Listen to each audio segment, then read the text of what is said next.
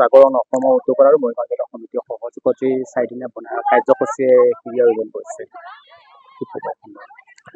হয়, এই সন্দৰ্ভত আমি এটা কথা ক'ব বিচাৰিম যে প্ৰত্যেক বছৰৰ দৰে আমি এই বছৰো হিন্দু জাগৰণ মৰিগাঁও জিলা সমিতিৰ উদ্যোগত আৰু বৃহত্তৰ শলমাৰীবাসী ৰাইজৰ সহযোগত 4 দিনীয়াকৈ আমি ব্যক্তিত্ব বিকাশ শিবিৰ আমি অনুষ্ঠিত কৰিছোঁ। আৰু ইয়াৰ আমাৰ মূল উদ্দেশ্যটো হৈছে জিলাখনৰ প্ৰায় 2 শতাধিক যুৱক যুৱতীৰ উপস্থিতিত তেওঁলোকক আমি শাৰীৰিক, মানসিক আৰু আধ্যাত্মিক চেতনা সমৃদ্ধ এখন সমাজ নিৰ্মাণৰ উদ্দেশ্যৰে তেওঁলোকৰ নৈতিক চৰিত্ৰৱানযুক্ত হওক, তো সেই উদ্দেশ্য আগত ৰাখি আচলতে আমি ব্যক্তিত্ব বিকাশ শিবিৰটি আমি আয়োজন কৰিছোঁ।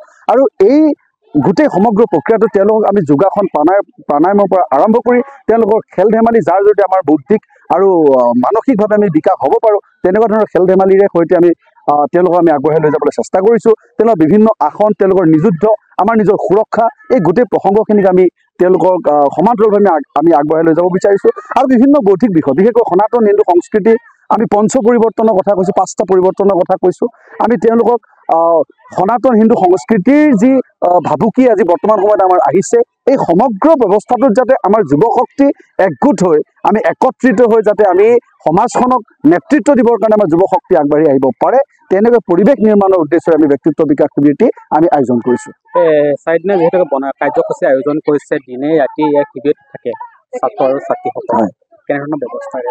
হয়, ইয়াত আমি নিশ্চিতভাৱে আমাৰ এটা ৰাজহুৱা অনুষ্ঠান, ৰাজহুৱা কোনো অনুষ্ঠানতে আমি উদযাপন কৰিব লাগিব। তো সেয়েহে এবাৰ আমি ভাল পাইছোঁ যে বৃহত্তৰ শলমাৰীবাসী ৰাইজে ইয়াৰ যি হাইস্কুল মাধ্যমিক বিদ্যালয় আছে, মাধ্যমিক বিদ্যালয়ত তেওঁলোকে আমাক কেন্দ্ৰ হিচাপে ল'বলৈ আমাক অনুমতি প্ৰদান কৰিছে।